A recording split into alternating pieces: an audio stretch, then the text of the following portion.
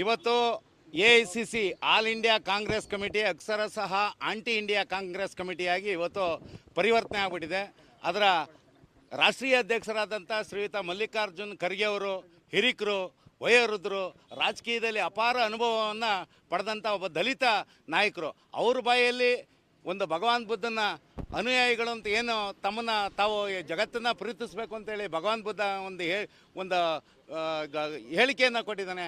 ಅದನ್ನು ವಿರೋಧ ಮಾಡಿ RSS ಮತ್ತು BJPಯವರು ವಿಷಸರ್ಪಗಳಿದ್ದ ಹಾಗೆ ಮುಸಲ್ಮಾನರು ನಮಾಜ್ ಮಾಡ್ತಿರ್ಬೇಕಾದ್ರೆ ಒಂದು ವಿಷಸರ್ಪ ಬಂದರೆ ನಮಾಜನ್ನು ಅರ್ಧಕ್ಕೆ ಮೊಟಕುಗೊಳಿಸಿ ಆ ವಿಷಸರ್ಪವನ್ನು ಕೊಲ್ಲಬೇಕು.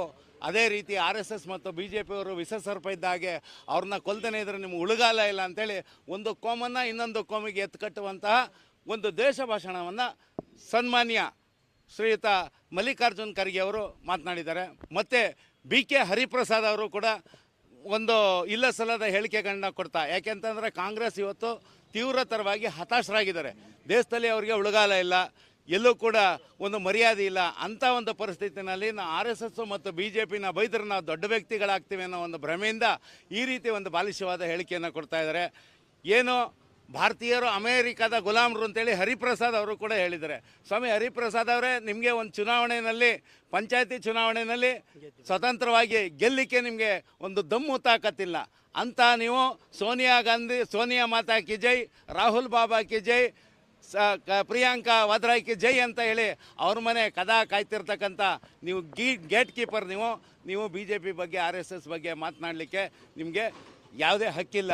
ಇವತ್ತು ಭಾರತ ಯಾರ ದೇಶದ ಗುಲಾಮರು ಅಲ್ಲ, ಭಾರತ ಯಾವ ದೇಶದ ಶತ್ರುನೂ ಅಲ್ಲ, ಯಾವ ದೇಶದ ಮಿತ್ರನೂ ಅಲ್ಲ.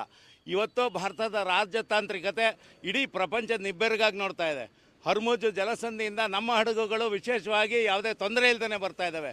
ಈಗ ಹರಿಪ್ರಸಾದ್ ಅವರು ಮನವರಿಕೆ ಮಾಡ್ಕೋಬೇಕು, ನಾವು ಅಮೇರಿಕಾದ ಗುಲಾಮರಲ್ಲ. ಅಮೇರಿಕಾದ ಗುಲಾಮರಾಗಿದ್ದರೆ ನಮ್ಮ ಹಡಗುಗಳು ಸಾವಕಾಶವಾಗಿ ನಮ್ಮ ದೇಶಕ್ಕೆ ಎಂಟ್ರಿ ಕೊಡಲಿಕ್ಕೆ ಆಗ್ತಿರಲಿಲ್ಲ. ಈ ಪದನ ನೀವು ಹಿಂಪಡಿಬೇಕು. ಗುಲಾಮ್ಗಿರಿ ಏನಿದ್ರು ಮೌಂಟ್ ಬ್ಯಾಟನ್ ಕಾಲದಿಂದ ಹಿಡಿದು ನೆಹರು ಕಾಲ ಗಂಟನೂ ಏನು ಲಾರ್ಡ್ ಅಂತ ಬರ್ಕತ್ತಿದ್ರಿ ನೀವು ಪತ್ರಗಳಲ್ಲಿ ನೆಹರು ಅವರು. ನೀವು ಗುಲಾಮರು, ನೀವು ಇಟಲಿ ಗುಲಾಮರು, ನಾವು ಭಾರತ ಮಾತೆಯ ಮಕ್ಕಳು ಗುಲಾಮರಲ್ಲ, ದೇಶ ಸೇವಕರು. ಹಾಗಾಗಿ ಏನು ಇವತ್ತು ಜಿಲ್ಲಾ ಪೊಲೀಸ್ ವರಿಷ್ಠಾಧಿಕಾರಿಗಳಿಗೆ ಒಂದು ದೂರನ್ನ ಕೊಟ್ಟು ಏನು ವಿಷಸರ್ಪ ಮತ್ತು ಹಿಂದೂಗಳನ್ನ, ರಾಮನ್ನ, ಕೃಷ್ಣನ್ನ, ಹನುಮನ್ನ, ಚಾಮುಂಡಮ್ಮನ್ನ, ಮಾದೇಶ್ವರನ್ನ ಪೂಜೆ ಮಾಡೋಂಥ ನಾವು BJP ಮತ್ತು RSS ಕಾರ್ಯಕರ್ತರು ವಿಷಸರ್ಪ ಇದ್ದಂತೆ ಅಂತ ಹೇಳಿದ್ದಾರೆ. ನಾವು ವಿಷಸರ್ಪಗಳು ಇವ್ರನ್ನ ಕೊಲ್ತೇನೆ ಅಂದರೆ ನಮ್ಗೆ ಉಳುಗಾಲ ಇಲ್ಲ ಅಂತ ಹೇಳಿದ್ದಾರೆ.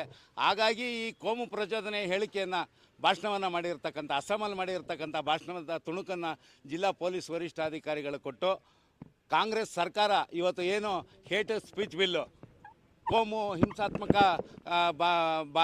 ಕಾನೂನು ಭಾಷಣವನ್ನು ತಡೀಲಿಕ್ಕೆ ಕಾನೂನು ತರ್ತಾ ಇದೆ.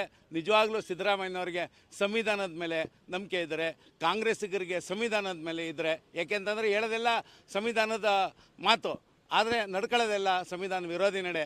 ಹಾಗಾಗಿ ಇವ್ರ ವಿರುದ್ಧ ಕಠಿಣ ಕಾನೂನು ಕ್ರಮ ಕೈಗೊಂಡು ಸುಮೂಟ ಕೇಸನ್ನು ದಾಖಲು ಮಾಡಬೇಕು. ಬದ್ಧತೆಯನ್ನು ರಾಜ್ಯ ಸರ್ಕಾರ ಪ್ರದರ್ಶನ ಮಾಡಬೇಕು. ಮತ್ತು ರಾಷ್ಟ್ರೀಯ ಏನು ಗೃಹ ಇಲಾಖೆ ಏನಿದೆ, ಕೇಂದ್ರ ಗೃಹ ಇಲಾಖೆ